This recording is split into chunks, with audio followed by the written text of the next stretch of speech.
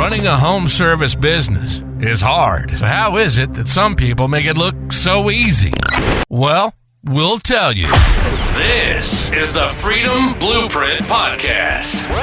It's always good to hear the wins that successful contractors have. But have you ever thought that the best advice would be to hear about the speed bumps they encountered, the mistakes they've made along the way? We're going to talk about the good, the bad, and the ugly. We want you to be successful and avoid the mistakes others have made. Let's get this party started. Welcome to the Freedom Blueprint Podcast. Now your host, Kristen Deese. Welcome back to another episode of Freedom Blueprint Podcast. I'm your host, Kristen Deese, and I am joined today with my amazing special guest co-host. Yes. My awesome wife, Kristen, who is the virtual CFO for the trades. Yes. So thanks for coming and hanging out. Thanks for having me. So at the time of recording, we're a week out of Pantheon. Yeah, a week after. Yep. A week after Pantheon. Mm-hmm. And so before I know there's some topics we want to talk about today, but how was that? Pantheon was awesome. It's always a great event. Yeah. It's huge. Huge. The production is like eons. It's really cool. It's one of my favorite ones from that standpoint in that they go, I don't want to say over top because I don't think it's over the top, but although they had a circus theme. I know. Big top. Okay. But they do a really good job with like the aesthetic of everything. Yeah. Their main room where the keynotes are is huge, and the audio video and all that kind of stuff, which is a little bit more on my awareness now than it probably was before, is really cool. Their appreciation parties are always cool, and they had a lot of more vendors this year. Not vendors, but vendors. Yeah, well, like in the expo hall. In years past, it was a smaller expo hall. This year, it was quite large. And then it's always cool to hear about some of the new stuff that they're rolling out or have about to roll out, or they want to roll out in the next year or two or whatever. It's just really cool. And then, of course, just meeting up with people that you haven't seen since conference season last year. And in my case, sometimes clients that I've been working with for over a year and I've only seen them on Zoom, and I finally got to see them in person for the first time. So that was really cool too. That's pretty cool. Mm-hmm. Unfortunately, I didn't get to go. I got sick. Like we came out of vacation and I got sick towards the end of the vacation, which is always awesome. Which we're not talking sick like the sniffles. Yeah. No, I was in the hospital for 5 days. And then they finally released me. Well, they didn't have a choice. No, I think you released yourself. I'm getting my shit and leaving. So whatever y'all need to do, figure it out. But they did tell me that I don't need to fly until my whatever time. And so now hopefully all that is going to be past me for now. Yeah. And because we have a lot of shows coming up. We have a lot of cool events coming up. And we have a lot of really cool on-site stuff we're going to be doing with clients that I'm so excited about. So hopefully. So you got to get it together. Get it together. Get it together so we can do this. But no, it's always cool. And, Pantheon they just do such an amazing event. And I think it goes to show, I know a lot of times when people talk about Pantheon, they want to immediately talk about pricing, right? And which is interesting because we're in an industry where we know we're not supposed to be the cheapest guy. Yeah, but yet people look true. at Service Titan and they're like, oh, it's so expensive. And the truth is it's a premium product. Yeah, for sure. And the price reflects it the same as every business owner listening to this. You should be providing a premium product in order to charge a premium price. Right. I think it's unethical to charge a premium price and give half-ass service. Yeah. And there's people that do it. For sure. There's definitely people that do it. So for sure. But I am looking forward because we've got quite a few coming up. I'm not even sure when this is going to come out, but we've got, Residio coming up. We got Wealthy Plumber. We got Wealthy Plumber coming up. Yep. Vertical Track, which is a garage door freedom event, which we're both going to. This is going to be your first garage door This will be the first one, which is cool. I don't know. I kind of like the garage door industry I don't know. They're pretty cool people. Yeah. Residio. Yep. Service World. Residio, Service World. We Mean Business. We Mean Business. That's going to be, I'm looking forward to all of them because they're all so much fun. But I will say with We Mean Business, what I'm the most excited about with that is it's really this concept of contractor led and a lot of spouses. Yeah. And there's just so many in the industry, and we know that. I mean, that's like when we wrote the book. That's why we ended up writing the book about, when your business partner is your spouse, because there was so many people that are married, and sometimes it's not even marriage. Sometimes it's siblings. Sometimes it's best friends. Sometimes it's whatever. So that's going to be a really cool culmination of intentionally having a room together of couples or partners that have a close relationship. Maybe. I mean, I think anytime you have a partnership, it's going to be a close relationship, Absolutely. Especially because there's finances involved. Right. I was talking to somebody a while ago, and he was contemplating on whether or not to bring on a partner to help bring capital into the company. And I was like, well, I mean, do you want a partner? And he's like, I mean, I don't know. And I said, do you like the person enough to marry them? And he was like, no. And I was like, then you don't need to be partner with them. Yeah, that's a fact. That's a pretty good look. Do you want to spend forever? Right. Because, all of those things in business, they bring up a lot. I mean, it can be stressful. So, whatever. But no, that's going to be a fun one for sure. Yeah. And Stephanie and David, they have a good time. So we've spent quite a bit of personal time with them out riding side by sides and getting muddy. And, there's just a different level of getting to know someone when you're, out in the woods, waist deep in mud and you're trying to figure out how to get unstuck. Right. So I'm really excited because I think they're going to put on a world-class presentation. And it's not going to be big. It's going to be an intimate, but anyways, I'm looking forward to that. I like the smaller events because like Pantheon is great, but we're talking thousands of people are there. There was a handful of people there that I caught a glimpse of on like the first evening walking through the expo hall. And I was like, oh, like Angie Snow. Oh, Angie's here. Yeah, mental check. You're like, I'm gonna catch Angie's up with her here. I want later. to catch her. And I never saw her again the whole time. I'm like, dang. That happened a couple of times with a couple of different people.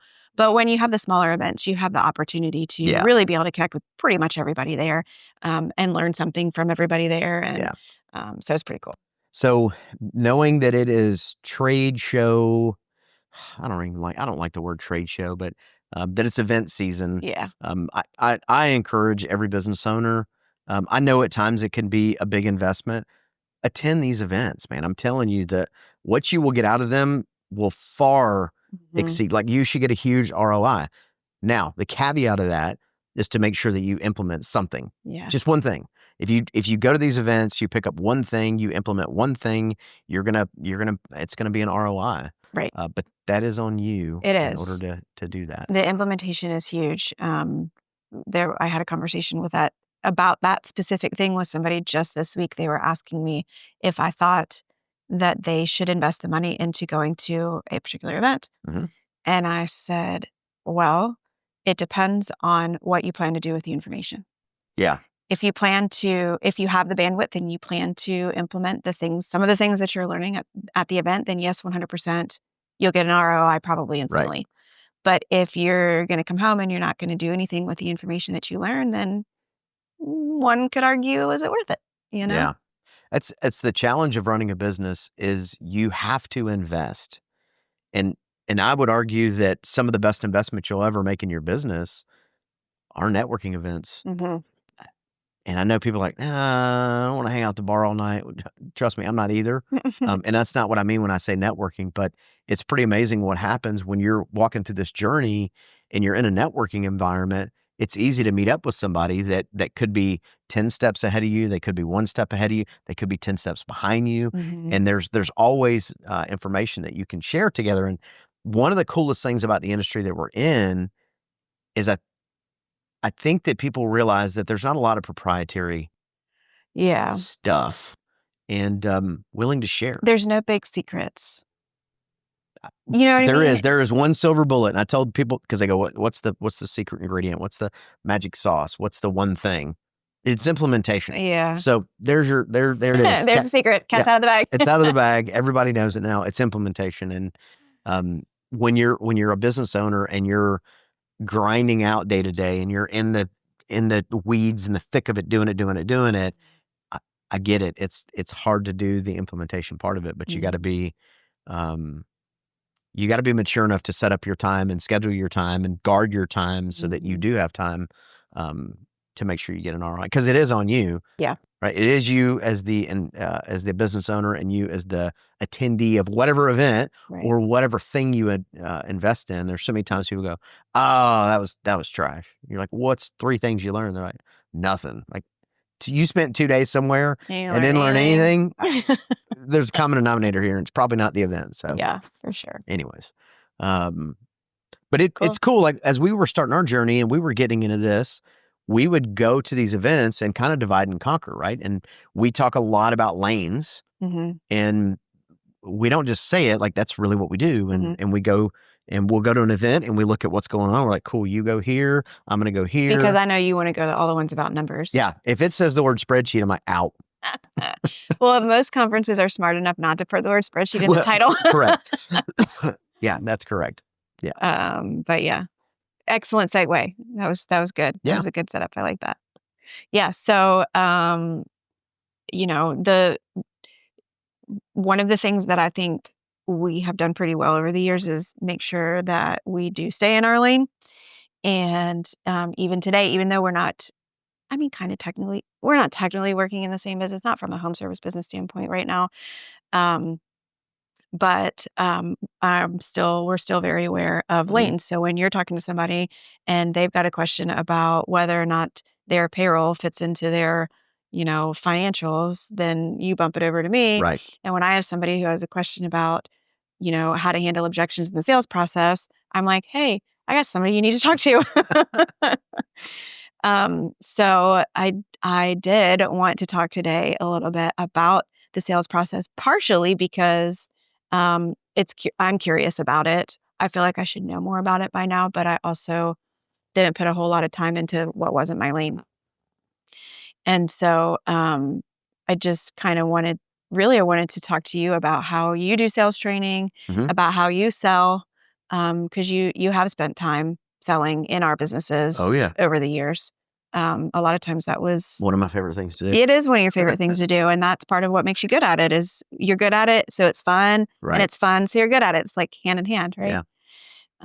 So I was talking to a client the other day they are kind of changing their business model a little bit in the fact that they were selling before, but it was different. And now they're really trying to learn and adopt a lot of what we call like your standard selling process, I guess, for home services, right? The bigger ticket type stuff, not the services necessarily, but like the bigger ticket, like in HVAC selling the unit or in garage doors selling the door. And just what some of that process looks like in terms of how do we set it up? How do we get the customer ready to say yes right early on? How do we handle some of the common objections that are going to come up gracefully? Right. Right. How do we do it in a way where we don't feel like used car salesmen?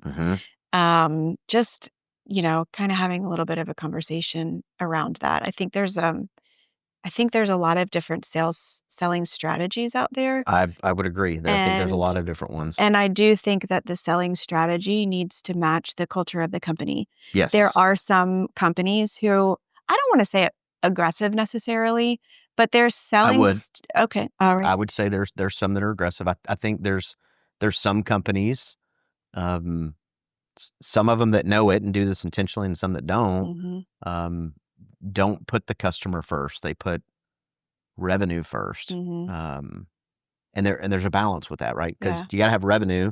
Yeah. Money doesn't buy happiness, but poverty doesn't buy anything. Right. So you have to have revenue in order to be able to do anything in the business. Right. But you can also, it's kind of like that servant leadership side of it is, sometimes there's a process to go through. And, Right. So if we're looking at the process, so the first opportunity, in my opinion, to begin the sales process is the moment the customer makes contact with the business. Yes. Whether that's through an online lead or they call in. Right. So let's say they're calling in and you have the CSR answers the phone. So what are some things that they can do or should be aware of, knowing that they are that first point of contact in the sales process? Making sure that they're, so I would say even before that, right? Even before the phone rings, I think what companies need to make sure they do is they make it easy to do business with them. Like Yes. just make it easy. Don't make the customer work so hard. Mhm. Just make it easy for them. So if you're having an online, there's a lot more online platforms that are being used. I don't want to talk to anybody on the phone, especially about a service. Like I want to get on my phone, I want to schedule it, and I want them to be here when they say they're going to be here. Mhm. I get I'm not everybody's customer, but I think it's really important to make sure that if your customer is coming through that chat feature, or online platform or whatever that looks like, to make sure that there's still personality, not just robotic AI, Mhm. right? Mhm. I think the other thing, when they do call, I think it's important that the CSR make sure that they feel listened to and heard, and they're empathetic to what's going on, and they're feeling that they care enough to Mhm. think about it, Mhm. and make sure that they're going to handle it correctly. Yeah. If a customer is calling specifically for a quote on a new system, Yeah. is there anything that the CSR should do or say or ask in order to prep the salesperson to go there? Or do they just get the information, book it, and get somebody out there as soon as possible? Well, I think that you want to kind of get a little more information on the customer. Like if they've never been a customer and they're not in your system and they're new, Mhm. obviously you want to have a conversation. People do business with people they know, they like, and they trust. Mhm. And so when they call in, you don't want to just rush them off the phone. You want to find out a little bit more information, right? Mhm. And I think about this is on point, but a little bit off track, but 'Kay. that's okay. We were reading a book or hearing a story, and this has been years ago, and it was about a salon owner. Mhm. And the salon owner, every time a new customer came in, he would put them in a red smock Yes, and everybody yes. else was in black. Yeah. And it was just a subtle enough a thing where everybody didn't know, but then they trained their people to really make sure and go out of their way To to welcome the to new welcome person. them, Yeah. because I don't go to the hair salon, right? But you go to the hair salon. Mhm. When you swap hair salon companies, Which, by the way, I have not done in like 12 years. right. So when you do it, it's kind of It's a big deal. it is, yeah. Sometimes there's life altering things that have happened, whether you're Mhm. moving to a new area or whatever it is, Yeah. who knows? So I think kind of going at it from that perspective of, if they're a new customer, find out a little bit about them. Mhm. I'm not saying barrage them with questions, Right. but hey, I noticed we've never done business with you before. How did you hear about us? Right? Yeah. Like just a super simple question. And I know people are like, well, in Service Titan or my whatever CRM, it automatically tells me. No, it doesn't. It tells you that final point that they reached out to you. They may have a neighbor that said, dude, you got to call these guys. They're amazing. Yeah. You want to know that information. Sure, you got a Google click that you paid a truck ton of money for, but maybe what happened was it came from a neighbor. Right. So ask them that. And then I would also say, well, what's going on with your system that makes you want to get a new one, right? Mhm. So just kind of start talking with them about, why do they need a new system? Why do I'm they not think they want one, or why are right, they even starting right. the And maybe process? it's, hey, I just bought the new house and I got a inspector that came out that said, I'm going to need one in the next 5 years. Mhm. And I'm just kicking around pricing. Mhm. Well, that might be a good time to say, listen, not a problem. We'll come out. We'll give you a quote. Obviously, you know that prices change over the course of 5 years. So, Mhm. what was bread and eggs 5 years ago, or cars or houses. So, but I think that's the first thing, is just welcome them to your family, to your business Mhm. is one of the first things that the CSRs need to do. Do you charge for that estimate? For a system, I would never charge for a Yeah. system. Yeah. Okay. Yeah. All right. So we get them on the schedule, and we're sending a salesperson out. Now, we're assuming in this case that it's a relatively green salesperson, or maybe they're, naturally a people person. Sure. But maybe they're a little greener. So one of the things that when we talk about running service calls, we had a system. Part of the written system on the service call was it 5 in and 10 out, or 10 in and 5 out? Well, we called it 5 in, 5 out, but Okay. really it was more of a 5 in, 10 out. Yeah. So, but the idea was that we had a really clear system on what the first couple minutes of the service call needed to Correct. look like. The middle piece was the diagnosis part. It's hard to write a system around that because we're troubleshooting. There's Right. still some things you can parameter, but whatever. You have the middle piece of the actual, diagnosis part. And then you have the last several minutes of the call where we are wrapping everything up, and we're setting a good tone for them to use this in the future.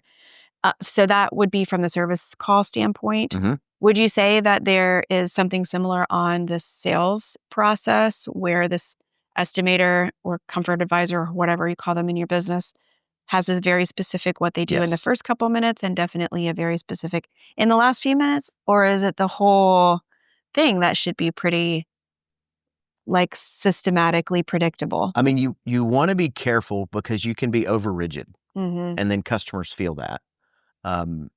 But then that's such a challenge too, because with your text, there's if you follow these steps, I know you'll be successful. Yeah. But you got to have some parameters around flexibility, and Yeah. every customer is different, right? So, yes, I think the biggest trick and the reason we did our 5 in, 5 out, what we were trying to teach the technicians was be intentional. Like, that's it. Just be intentional. When you go to the door, there's a way you knock on the door. There's a way you stand. There's a way your truck is. There's a way you're communicating with the customer, because really what you're trying to do is get them comfortable with you, right? And so there is, from an NLP, like a neuro-linguistic programming sort of way, you kind of want to get customers in the habit of saying yes, right? Is my truck parked where it's supposed to be? Yes. Am I good to come inside? Yes. Here's the notes that I have on the call. Maybe can you tell me a little bit more, right? So you're not only getting them comfortable with you, getting them comfortable with yes, but you're also kind of setting that tone for you're there for them, Mm-hmm. right? So what is the problem? And then this is more the service side too, but always making sure, hey, while I'm here, is there anything else you would like me to look at? Mm-hmm. I think that's a really missed opportunity that techs, they come in with horse blinders and they're like, water heater not working. Where's the water heater? Go, right? It's just to kind of create that environment. Yeah. Customers, when a customer calls a company, especially when you're talking about maybe a plumbing and AC and electrical company, they're going to have an expectation in their mind. And so I think a lot of that, making the customer comfortable at the beginning, is really part of your job, so that what arrives, they're nervous. You got a stranger coming into your house, and what are they doing? They're going to sell you something. Well, and most of the time, it's the lady of the house that's right. That's there too. So yeah. Yeah. Mm-hmm. Anyways, that answer Yeah. some of the questions. Okay, so so they get there, and we're getting the customer comfortable, and kind of sort of used to saying yes. And then you go through and you do your quote and you provide your options. You have your options, right? And they might be, if they're specifically asking for a new system, it might be a good, better, best option, or it might be some different add-ons. Yeah. Here's the thing that's so interesting to me when I talk to business owners, and I say, they're giving options all the time, right? Like, we always have options. How many people say no? It's crazy to me how many people say no. No. Well, if you go to a customer and you give them one thing, you got a 50-50 shot. That's a yes or no. Like, that's it. Right. When you give options, it really opens the door. Which you can give too many options. We can overwhelm. confuse minds don't buy. Yeah, we can overwhelm and make it difficult to make a decision. We don't want to do that. But there's so many times, and this even happens like with you in the buying process when you're buying something. Yeah. Is you don't know what you don't know. Right. And you never know if there's this new cool thing out there that's available. I like cool new things. You like new cool things. So usually if somebody tells you about the new cool thing, you're like, yes, I probably need that. Yeah. But if we never let the customer know, and to a certain extent, especially on the plumbing and HVAC side of the world, people think that there might not be new technology, like water still flows, toilet still flush, faucets still turn on, water still gets hot, air still blows cold. But really, in all seriousness, there is a lot of new technology that's going on in the plumbing and HVAC world. Yes. That the customer's not sitting at home and Googling and researching. It's not showing up on their Facebook feed. So they would never know about it if we didn't take the opportunity to tell them about it. So I do want to see if you'll speak to a little bit reading the body language of the customer while you're in the home. So how do you tell if you are talking too much? If you're in the customer's home and you're talking too much, how can you tell? Well, okay. So to back up just a little bit, I think sometimes salespeople, especially newer salespeople, they think that the selling process happens when they sit at the table. And that's not when it happens. It happens the second you walk in the door. So you're, in your process, you should be going through and finding out what's important to the customer. Okay. Whatever it is, whether it's a garage door or HVAC, and I'll use HVAC as an example, but when you're going in a house, what is it you didn't like about this system that you have now? What is it, if you could fix one thing about it, what would it be? And it's amazing. We don't ask that question, but then the customer's like, well, this room's hot or cold all the time, or, so I think it starts by getting the information from the customer as you're doing the sales call, because really people can't argue with their own information. And if a customer's like, this room is hot and this room is cold, and you as the expert go, you know what, this would be a really good opportunity for a product like AeroSeal. You're like, oh, AeroSeal would be like a great option for that. Obviously, you don't have that conversation with the customer now, but you're kind of getting ready and seeding that. Okay, so these rooms are hot and cold. So then when you're sitting down and presenting it, you're able to draw from the information that they already gave you to do that. So to me, my sales approach has always been educate first. Like that's just it. Just educate the customer. And you got to kind of set boundaries, and you got to set the tone of the call. A lot of times throughout the sales process, if you find out what they do, and I don't mean in kind of a weird, clunky way, but sometimes you look around somebody's house, you get a pretty good idea of what they do. And so, if they're an engineer, they're going to want an exorbitant amount of information, right? So just be prepared for that. If they're not, they may not want the detail. Like for me as a buyer, I want to know about the cool stuff. I want to know how much, and I want to know how fast. There's not a whole lot of other information typically that I want, which is why it's frustrating for me to buy things sometimes, because they'll just pepper me with a ton of details that you're not concerned with. Let me tell you about the tow capacity of the whatever. I'm like, I got a boat. Does it pull it? Like that's really all I want to know. So I will say that it is important when you're educating, to make sure that you're using the vocabulary. Yes. That's not the industry vocabulary, because they might not know what you mean about that. But you would be, like for the HVAC world, I'm assuming you'd be speaking to the comfort side of things, maybe the energy saving side of things, like that kind of stuff. Depending on what's important to them. Right. Yeah. And a lot of times, even for that kind of stuff, you can tell what's important. What car do they drive? Do they have bottled water in their house? Like there's all these little things. Are there animals in the home? Yeah. That one to me is huge. Like if you walk in and there's a dog barking or a dog licking your feet when you get in there, I feel like right then and there, that should be a mental note of certain things that I need to make sure that I'm including on my estimate. Yeah. Or at least taking into consideration. Yeah. I know our dogs shed everywhere, so, whatever. So a great option would be some kind of filtration system, and maybe a filter rack that lasts more than 30 days, right? Like there's all kinds of different features on that. But I think that's one of the biggest missing pieces in the sales process, is just educate first. Yeah. And then set the standard, right? So if you're going in throughout this process that you're talking to the customer about, I mean, kind of get to the end of, my job today is to help you in any way I can, give you all the information. And I really want to leave here with either a follow-up appointment or a time to schedule to do it. Because especially in an HVAC system, they're very expensive now, right? They're more than some cars. And so you can't get irritated if they're like, I got to think this over, or I got to talk to my spouse. Right. Totally get it. What's a good time where I can come back and we can go over this together? Yeah. Come back. Yeah. Come back. Not call the No. No, I'm coming back. I mean, it's a big sell. Go back, because the challenge is, and sometimes and actually some companies will say, well, we don't want run one-leggers and, what? One-leggers, which What's means that? like the wife's home, but the husband's not. They want all parties. Parties present. Yeah. They want all parties present. And I think that's just not a good way to do it. So if you present the information to one of the spouses, they're like, I got to talk to the spouse. Just listen, if you don't mind, why don't I come back? And that way you guys will have time to talk about it. Yeah. And then I can come in and I can answer all the questions at one time. Yeah. And no big deal. Because no offense to the person that you gave the information to, they're not the expert.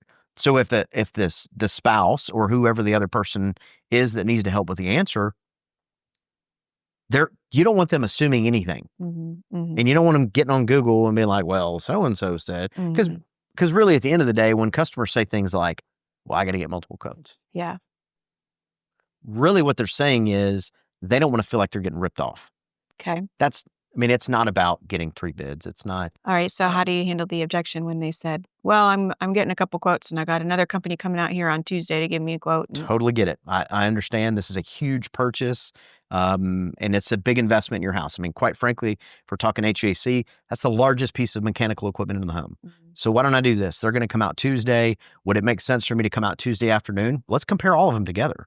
Like we'll lay them all out. And honestly, I may not be the best price, but is price the most important thing to you? And it's crazy when you ask a customer, is price the most important? Their automatic reaction typically is, well, yeah.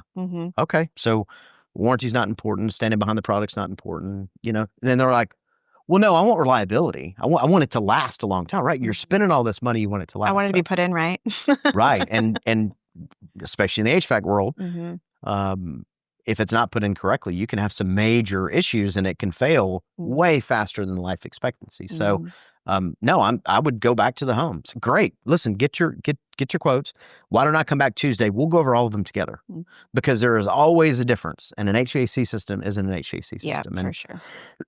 If they're pulling one off a boat in China and slapping it in and they're not doing certain things, you're not trying to say to the customer, hey, buy my, I'm the greatest ever and only buy for me. But if you sit down with the customer, you go, look, if we decide that we're not the best fit, that's okay. But let me educate you. This is what I do. This is what I love to do. Let's just go over it together. So I want to highlight that you said if we decide. Correct. Not if you decide. Correct. So it feels like the decision is made together. Right. Right. Yeah. Well, because look, let's say you're sitting down and you're looking over 2 bids. Right. And they're the exact same bids, which rarely are they ever the exact same bids, but it's the same product, same serial number kind of thing. And it's all the same thing. You're looking at it. And this guy's $5,000 less than what you are. You have to explain that to a customer, right? And you have to let them know, like, okay, well, I've never heard of this company. Let's check out their reviews. Oh, they've been in business for 6 months. That is great. Love startups. But for 6 months, do you think that's going to be the best fit and their longevity is going to be here 15 years from now to take care of the system? Because it has to be maintained on an annual basis. It says so in the book. So, again, I think it's just being an educator and not always just go and sell. I mean, there's so many times you'll talk to a customer and you're like, this is not ever going to happen. We're not going to sell this thing. Yeah. But just put that away and just go, you know what? I'm going to help. I'm going to educate. Yeah. It will never waste time. Even if they go, look, budgetary, I have to spend. I have to go with them. I totally get it. Yep. I understand. But you have all my information. Yeah. So if ever in the future I can be of any service to you, please don't hesitate to call. Yeah. And you would be surprised. They'll call. They're like, my system's not working. You mean the one they put in 3 weeks ago? Now they won't call you back? Weird. Who saw that coming? But you can't tell a customer that, right? Right? You can't tell a customer, like, the guy's working out of the back of a pickup truck in his mom's basement. Like, hey. Yeah. Okay. What about offering financing? Do you offer financing on every job? Yeah. I mean, okay. Yeah. Yes, basically. There's certain dollar thresholds that you want to work on, but if you're selling for like on the install standpoint. 100%. Yeah, 100%. Because they're as expensive as cars. Yeah. And they say that, I don't remember what the number is, like 80% of people have $400 in their savings, or right, $800 or whatever the number is. So even if they had the cash to stroke the check to you, if you go, listen, we got some pretty good finance deals. We got 72 months, 0%. Even if I have the cash to pay for it, right? I'm still. Whose money would you rather use? Right. Would you want to borrow free money, or you want to use your money? But it's. But I would never not offer financing on a job. And I would lead with the financing, because as you're showing the comparison, especially when you're doing like a good, better, best, right? And let's say your best is variable speed, whatever. Let's say it's $25,000, and your lower one is 12.5, right? that's a huge jump cash-wise, but if it's over 72 months, it just makes it seem like a little So bit when you less. say you lead with financing, do you mean like you present the pricing from a monthly, Yeah. like what it costs a month standpoint? Yeah. Okay. Yeah. Yeah. Like this one's going to be, $278, and this Yeah. one's going to be Yeah. Okay. $178. So we were at Rooms to Go a couple of years ago, Mhm. and we were purchasing furniture for one of the rental properties. I think it was the beach house or something. Oh, yeah. Okay, we went in there. We knew we had to buy multiple rooms of furniture, and so thank you. So they also we know that Rooms to Go, they offer like 150 months interest free or something like that. Yeah, it's right? awesome. And so anytime that we do that, we always take advantage of it because Of course. it's We'll borrow their right? money for free. So they go in and they run your credit or whatever, and they say, all right, you're qualified for $15,000. Mhm. And then this particular time, we went in there, we did the credit thing, all of that, and they said, okay, this is how much you're approved for. And then we were like, all right, cool. And we started going around with our salesperson around the showroom floor, picking out the things for the different rooms. And so what she would do is she would add them on her little tablet and be like, ooh, I want that, and I like that, and I think I want this, and whatever. And she'd add it up, and she'd be like, okay, you still have, $150 a month left to spend in your whatever. She was basically doing her best to try to max our limit because Right. she knew that was She's paid commission. right. Yeah. And that we still had room in Mhm. our credit. So it wasn't about, we actually tried to Recruit her. we tried to recruit She was her. awesome. She didn't want to come to the HVAC industry. She's She like, was doing really good in furniture, but I'm but in it air was great. conditioning all day. She wasn't pushy. Nope. She was pleasant to work with. She was asking questions about things that were important to us or that we liked or didn't like or whatever. It was just a really cool experience. But she was most definitely using that credit Mhm. line as a way to just try to push that average ticket up a little bit. Respectfully, I was like, all right, let's max it out. I can see what's happening here, and I appreciate it. Yeah. So I don't do it that way. I don't know that I would necessarily do it that way, but There are companies that do. No, there is. Yeah. But I do think as a tool, you do need to know, right? So if you run their credit and they've got $30,000, Mhm. I'm not saying that you want to wear them out and make sure you hit the Right. $30,000, but as you're building a system, especially as you're talking about financing, you're like, listen, we have this incredible air scrubber product and dehumidification product and da-da-da-da-da.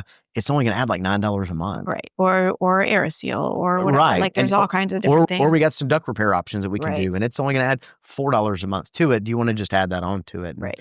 that's just a smaller chunk to take.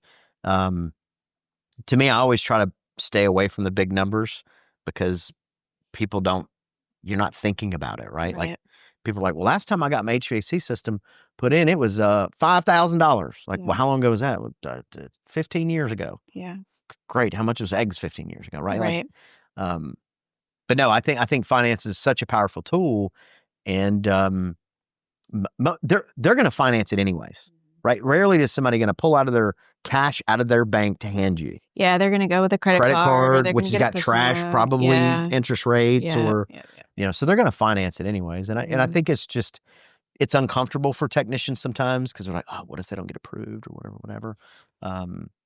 But let them fill it out. And it'll tell Well, them. and one of the things that I heard at Pantheon specifically was about how it is important to offer financing on each call because sometimes a customer might be too embarrassed to ask about financing. Correct. That is a very And correct. so if we just go ahead and put it out there on the table that it's an option right off the bat, then Mhm. we are removing that like feeling like I'm not Right. managing my money properly if I have to ask for financing for Right. it. So I thought that was an interesting mindset Mhm. thought about it. Yeah. Yeah. Those loans are always better interest rate than credit cards. Yeah. Always. And there are dealers out there now that don't charge the business owner. There's a couple. There's a few of them out there that just, Yep. one of them, I was talking to somebody about one of them, I can't remember the name of it, but it's treated more like a personal loan than than like a home improvement loan. And so they don't charge the business owner for it, which is kind of cool because sometimes those fees can get a little crazy. They can get crazy. And I think sometimes business owners have too many options for financing too. Like Yeah. 2 at the max. Yeah. Have your first look, have your second look, Yeah. because again, you're going to confuse your techs, and you don't want to confuse the techs. You want to make them feel good about it. But if you're like if you go into it and like there's some that are like, okay, anything above $650 we'll approve up to X amount of dollars. Okay, great. You can kind of have that conversation with the customer at the beginning. Say, listen, we got a couple of different finance options. One is better suited for people that have a 650 score or above, and some are going to be less than a 650 score. I don't know which one you want to go with. Maybe they know their credit score, maybe they don't. Most people that have good credit know their credit score. It's just like anything else; they pay attention to it. So if they don't know, then maybe that second look might be a better option. Yeah. So. All right. So let's say we presented the options, we gave the estimates, whatever. Customer is going to think about it. So basically, we didn't close it that day.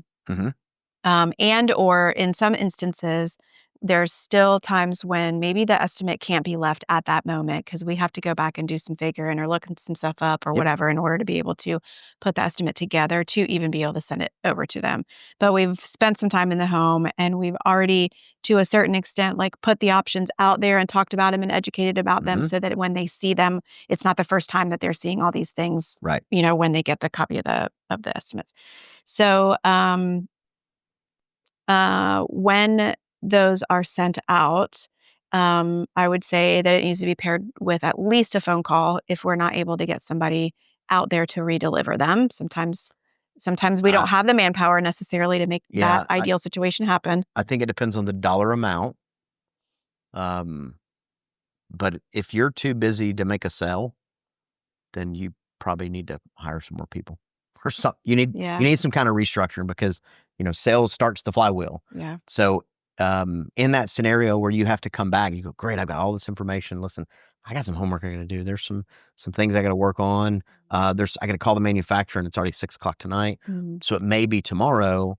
That would be a really good time to say, listen, maybe you and your spouse, I can meet you guys here and we can go over all of it together at that one time.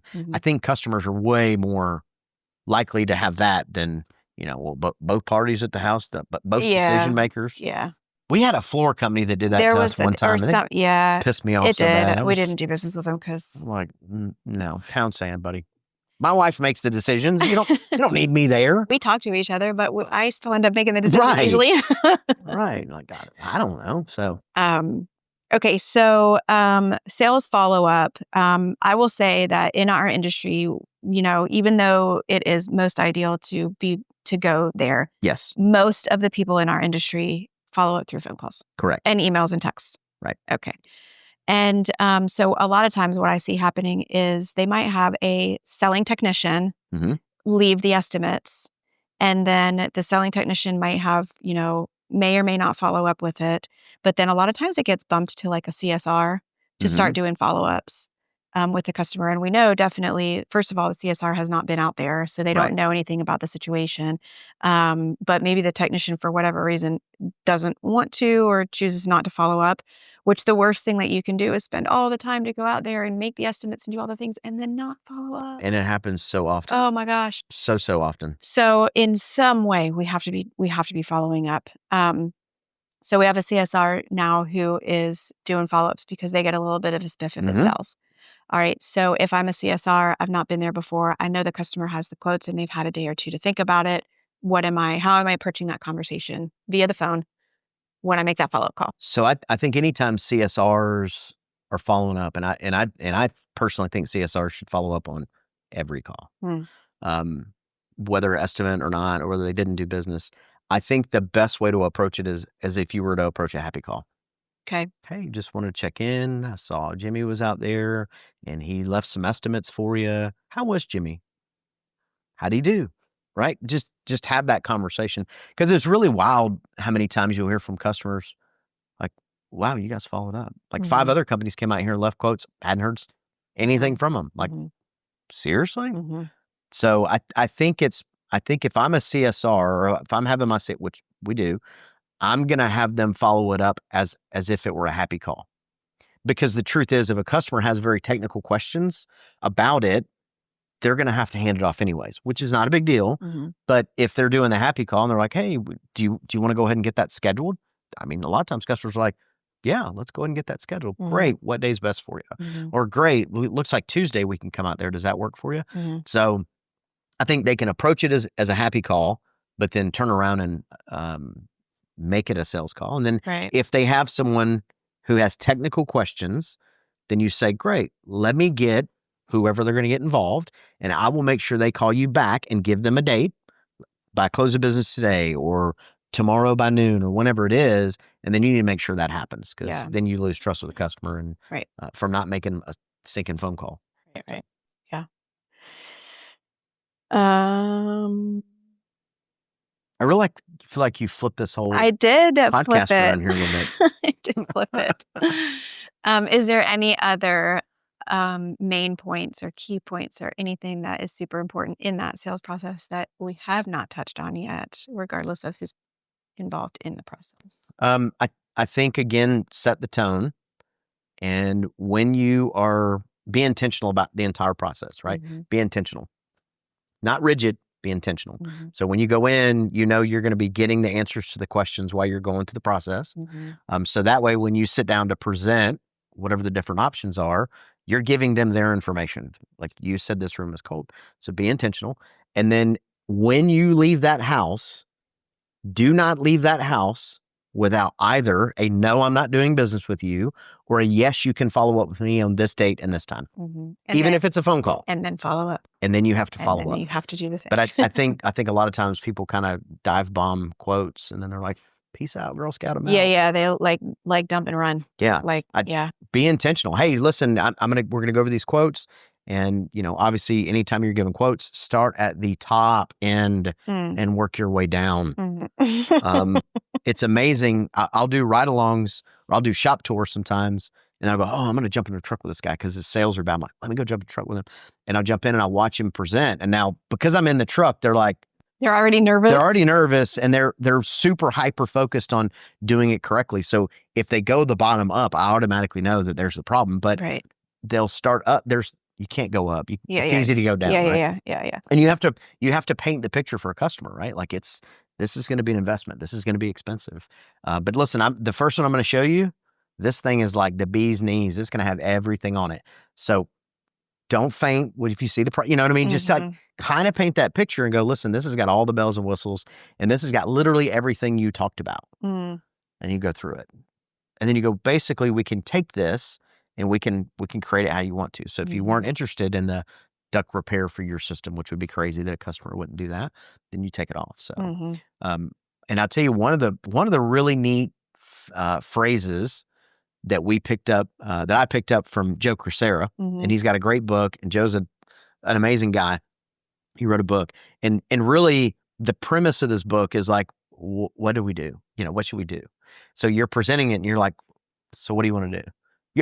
You're making it a we thing, not an I thing, not a you thing, a we thing. So I think just being intentional, and when you're done with that call, having a next action step. And it can't be, all right, call me if you got any questions. No.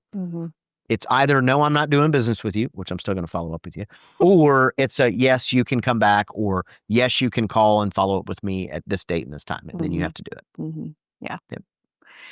Yeah, I mean, I definitely think that the biggest objection that most of the people that I'm working with anyway are getting, because I'm pushing them to raise prices, because their prices aren't high enough to cover their cost. Right. And so their biggest objection right off the bat is, well, you're so much more than everybody else. And so, yeah, it might be fun one time on one of these podcasts to do a practice sales call. Yeah. Not calling it role play, but do a practice sales call. Always call it practice. Don't ever call it role play. Guys get panicky when you call it role play. Yeah. Practice. I get panicky when we call it role play. Don't call it role play. We're practicing. Feels like you're acting when you're role playing. Yeah. Cool. Awesome. Well, thank you for letting me pepper you with sales questions. Yeah, fantastic. I didn't know that's where we were going with this call, or this episode, but I think it's good. And hopefully it was valuable to everybody. And, there's a lot of good tech tips and techniques and There's a lot of trainers that focus on sales out there. That's certainly not the primary thing that I focus on, but I've been around it, and certainly I can help. But everybody's got a little different philosophy. But mine is always educate first. Like, I don't ever want to push somebody. I don't ever want a customer to do business with me and then regret it because they thought something that wasn't true. Okay, so here's something that I'm just now realizing that I think is really interesting. Generally speaking, you are not a detail-oriented person. Right. Would you agree with that? 1,000%. Okay. And there's a lot of times that little nuances you don't necessarily notice in life. Okay. But on a sales call, I feel like you are hyper-focused 100%. on the little details. Yeah. Because there's tons of little cues that you pick up on during that process that you then turn around and weave back into the sales process. That's really actually interesting. Yeah. I'd be like, oh, did you notice this ginormous thing over there? And you're like, no, I never saw it. Customer will tell you everything. Like, they'll tell you everything you need to know about them and how they buy and how they think if you just pay attention. You just had to listen to what they're saying. Pay attention to them. And, my grandmother used to say when I was a kid, God gave you 2 ears and 1 mouth. You should listen twice as much as you talk. Yeah. And I think in the sales process, that gets jammed up with guys sometimes. They tend to talk way more than they should be just listening and paying attention to what's going on around. So. Yeah. Great. Well, awesome. I hope that was helpful and to everybody. And we will see you on the next episode. One. You've been listening to the Freedom Blueprint Podcast. Information is useless if not applied. So take what you've learned and go and implement it.